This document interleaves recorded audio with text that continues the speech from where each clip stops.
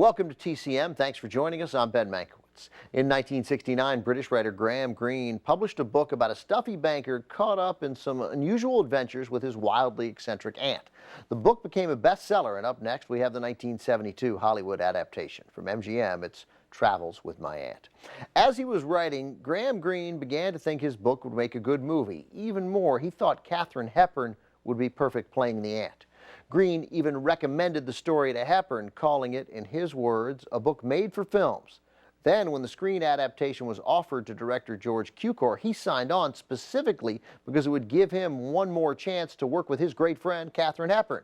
And Hepburn herself not only signed on to play the part, but personally wrote the screenplay, spending weeks, then months, crafting that screenplay at her desk. And then a funny thing happened, or maybe not so funny, because that's what the studio said about Hepburn's screenplay. Not so funny. Not surprisingly, Hepburn lost interest in playing the role when the studio lost interest in her script. At the same time, some at MGM began to suggest that Hepburn was maybe too old to play the part anyway, given that she'd have to appear younger in flashbacks. So in the end, it will not be Katharine Hepburn you see playing the delightfully eccentric aunt, but Maggie Smith, who earned an Oscar nomination for her performance.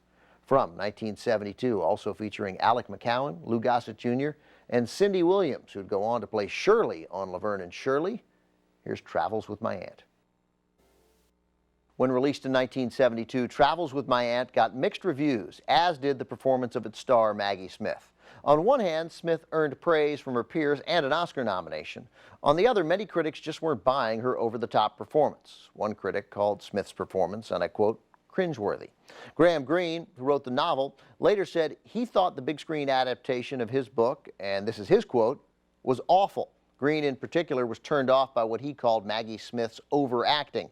But to be fair, it should be noted by Greene's own admission, he only watched the first 4 minutes of the movie before he decided to get up and walk out.